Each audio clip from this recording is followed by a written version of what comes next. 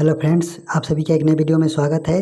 आज हम यहाँ पे प्राचीन भारत के इतिहास में जो गुप्त वंश है इसके बारे में हम लोग इसमें पूरी जानकारी इसमें पहले पढ़ेंगे थ्योरी। उसके बाद अंत में इसमें जो प्रीवियस ईयर के जो प्रश्न पूछे गए हैं उसको हम इसमें सम्मिलित किए हैं, उसको हम अंत में देखेंगे। तो चलिए हम इस वीडियो को स्टार्ट करते हैं। और स्टार्ट करने से पहले अगर आप इस चैनल पर नए हैं तो प्लीज़ इस चैनल को सब्सक्राइब कीजिए और अपने दोस्तों के साथ ज़रूर शेयर कीजिए। चलिए हम यहाँ पे देखते हैं गुप्त वंश। गुप्त वंश के इतिहास को जानने के स्रोत के रूप में साहित्यिक जो साक्ष्य हैं ये हैं, अभिलेख के साक्ष्य हैं और विदेशी यात्रियों के विवरण का सहारा लिया गया है। साहित्यिक स्रोत में वायु पुराण है, मत्स्य पुराण है, कालिदास की रचनाएं हैं और मुद्रा राक्षस है। बौद्ध ग्रंथ में आर्य मजुंसरी है, मूलकल्प है और बस बंधु चरित्र है। विदेशी विवरण में फाहियान है, हेनसांग है और अल्बर्नी है। ऐसा माना जाता है कि गुप्त वंश के संस्थापक कुषाण शासकों के सामंत थे और अधिकतर इतिहासकारों के अनुसार यह वैश्य थे। गुप्त वंश की स्थापना श्रीगुप्त ने की थी। नेक्स्ट हम लोग यहाँ पे देखते हैं। नेक्स्ट है इसमें श्रीगुप्त। गुप्त वंश का संस्थापक श्रीगुप्त को माना जाता है। इसने 240 ईस्वी में गुप्त वंश की स्थापना की और 240 ईस्वी से 280 ईस्वी तक इनका शासनकाल था और इन्होंने शासन किया और इसने महाराजा की उपाधि धारण की। इसके बाद इनका ही पुत्र घटोत्कच उत्तराधिकारी बना और इसने भी महाराजा की उपाधि धारण की। और इनके बाद गुप्त यहाँ पे जो है चंद्रगुप्त प्रथम बने। चंद्रगुप्त प्रथम गुप्त वंश का प्रथम महत्वपूर्ण राजा था और इसने जो है महाराजा धीराज की उपाधि धारण की। चंद्रगुप्त प्रथम का विवाह लिच्छवी वंश की राजकुमारी कुमार देवी से हुआ। चंद्रगुप्त प्रथम ने 319 ईस्वी में गुप्त संवत की शुरुआत की। जो गुप्त संवत है यह चंद्रगुप्त प्रथम ने 319 ईस्वी में शुरुआत की थी। नेक्स्ट हम लोग यहाँ पे देखेंगे तो नेक्स्ट है कि समुद्रगुप्त। यह कुमार देवी का पुत्र था और अपने आप को लिच्छवी दौहित्र कहता था। समुद्रगुप्त की नीतियाँ आक्रामक तथा विस्तारवादी थी। इसने आर्यावर्त उत्तर भारत के 9 राज्यों को जीतकर साम्राज्य में मिला लिया, जबकि दक्षिणावर्त दक्षिण भारत के 12 राज्यों को पराजित कर दिया। इन्हीं विजयों के कारण इसे भारत का नेपोलियन कहा जाता है। समुद्रगुप्त के दरबारी कवि हरिसेन थे जिन्होंने इलाहाबाद प्रशस्ति की रचना की थी। समुद्रगुप्त संगीत प्रेमी था। ऐसा अनुमान यह इसलिए लगाया जाता है कि क्योंकि इसके शासन के दौरान चलाए गए सिक्कों पर इसको बीना बजाते हुए चित्रों पर अंकित किया गया था, जो कि यहाँ पे आप लोग देख सकते हैं। नेक्स्ट हम लोग यहाँ पे देखते हैं। इसमें अगला शासक बना रामगुप्त। समुद्रगुप्त के बाद रामगुप्त अलग शासक बना, परंतु यह एक अयोग्य शासक था। और इसके बाद जो बने चंद्रगुप्त द्वितीय बने।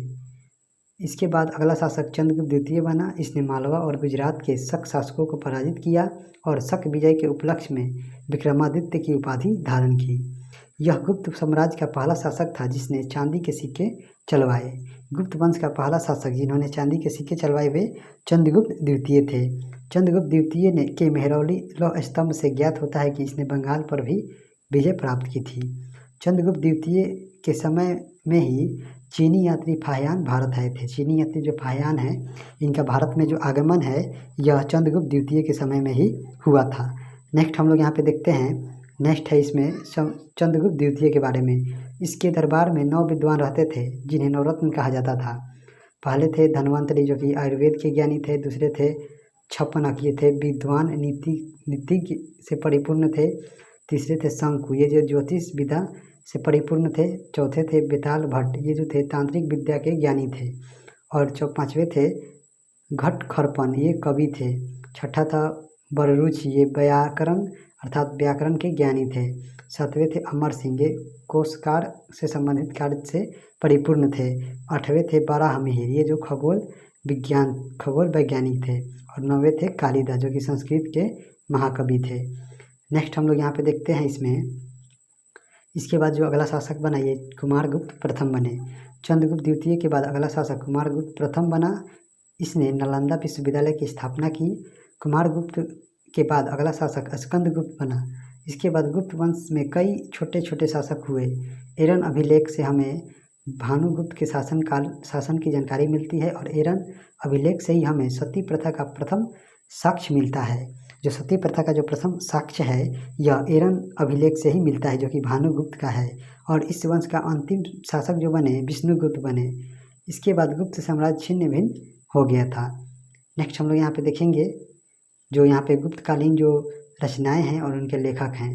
अभिज्ञान शाकुंतलम, विक्रमोर्वशीय, मालविकाग्निमित्रम, रघुवंशम, कुमार संभवम, मेघदूतम, ऋतु संहार, ये जो पुस्तक है ये कालिदास के द्वारा रचित है।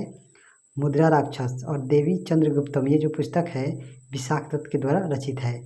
मृच्छकटिकम जो है यह क्षुद्रक की रचना है। अमरकोश के जो रचनाकार हैं ये अमर सिंह हैं। नाट्यशास्त्र के जो लेखक हैं ये भरतमुनि हैं। कामसूत्र के जो लेखक हैं ये वात्स्यायन हैं। पंचतंत्र के जो लेखक हैं ये विष्णु शर्मा हैं। नीतिसार के जो लेखक हैं ये कामंदक हैं। नेक्स्ट हम लोग यहाँ पे देखेंगे, नेक्स्ट है इसमें कि समाज एवं अर्थव्यवस्था। जो गुप्तकालीन जो समाज है और इसकी जो अर्थव्यवस्था है इसके बारे में देखते हैं। तो गुप्तकालीन समाज परंपरागत रूप से ब्राह्मण, क्षत्रिय, वैश्य, शूद्र 4 वर्गों में विभाजित था। गुप्त काल में बाल विवाह के प्रथा को बढ़ावा मिला। भानुगुप्त के एरन अभिलेख से सती प्रथा का पहला प्रमाण प्राप्त होता है। गुप्तकालीन जो अर्थव्यवस्था है, गुप्तकालीन अर्थव्यवस्था का मुख्य जो आधार था यह कृषि था। भू राजस्व ही राज्य की आय का मुख्य साधन होता था।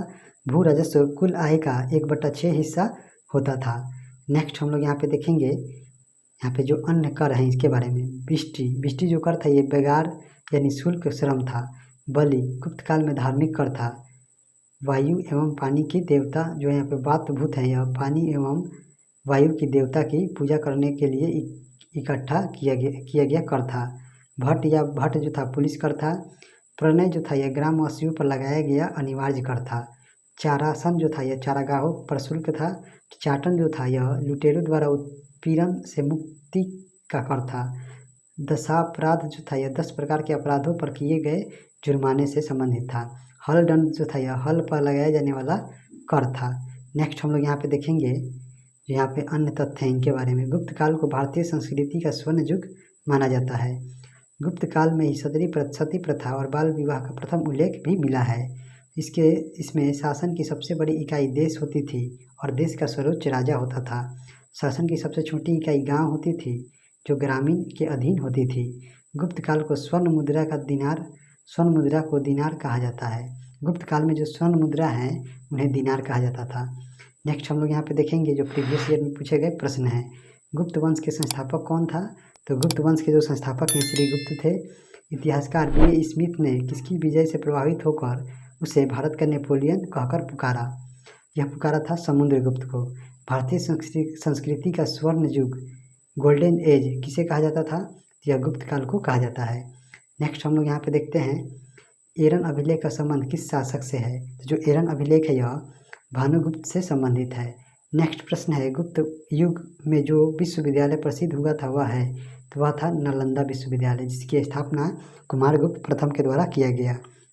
नेक्स्ट प्रश्न है फाहियान किसके शासनकाल में भारत आया था? जो फाहियान है यह चंद्रगुप्त द्वितीय के शासनकाल में भारत आए थे। नेक्स्ट हम लोग यहाँ पे देखेंगे, नेक्स्ट है इसमें चंद्रगुप्त द्वितीय ने विक्रमादित्य की उपाधि कब धारण की? तो इन्होंने शकों के उन्मूलन करने के बाद विक्रमादित्य की उपाधि धारण की थी। गुप्त काल में सोने की मुद्रा को कहा जाता था, तो गुप्त काल में सोने की मुद्रा को दिनार कहा जाता था। कुमार संभवम महाकाव्य के किस कवि ने लिखा है? यह कालिदास के द्वारा रचित है। नेक्स्ट हम लोग यहाँ पे देखेंगे, नेक्स्ट है यहाँ पे कि अमरकोश के लेखक अमर सिंह किस शासक के दरबार से जुड़े थे? ये थे चंद्रगुप्त द्वितीय के नवरत्नों में से एक थे। नेक्स्ट है चंद्रगुप्त प्रथम ने गुप्त समूह का प्रारंभ किस उपलक्ष्य में किया था? तो जो चंद्रगुप्त प्रथम ने 319 ईस्वी में गुप्त संवत की शुरुआत की थी, उन्होंने किसके उपलक्ष्य में किया था? तो ये अपने राज्यारोहण के स्मारक के उपलक्ष्य में इन्होंने किया था। नेक्स्ट है बाल विवाह की प्रथा आरंभ हुई थी, जो कि RS 2010 में पूछा गया प्रश्न है। जो बाल विवाह की जो प्रथा है यह गुप्त काल में इसका शुरुआत हुआ था। तो चलिए हम लोगों ने यहाँ पे थ्योरी देखा और इसके बाद इससे संबंधित जो प्रीवियस ईयर में पूछे गए प्रश्न हैं उसको देखा। तो चलिए हम मिलते हैं नेक्स्ट वीडियो में, तब तक के लिए जय हिंद दोस्तों।